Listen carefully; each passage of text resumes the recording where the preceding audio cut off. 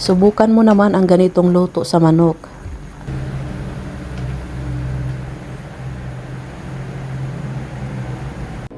Una, maglagay tayo dito sa ating kawali na 4 na pirasong hita ng manok. Timplahan lang natin ito ng bawang, paminta,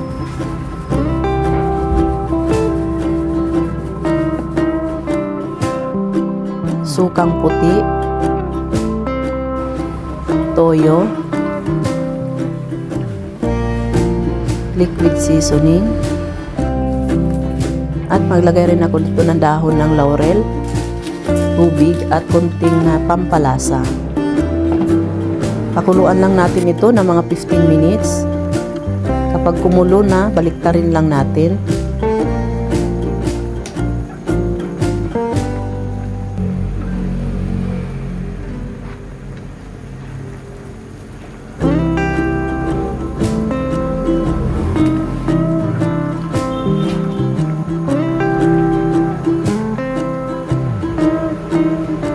Ayan, kapag ganyan na, hahanguin na natin ito.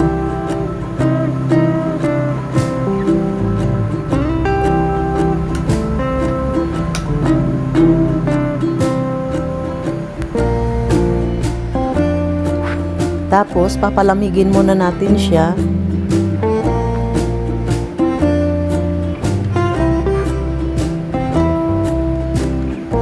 Dito naman sa ating kawali, nagpait na ako ng mantika. At pipituhin natin yung ating hita ng manok.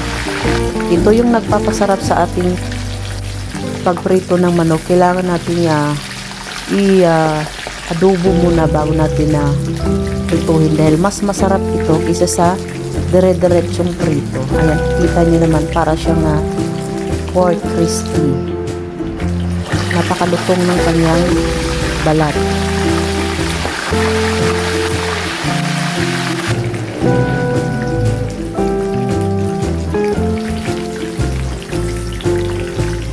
Kaya at madali lang naman itong maluto.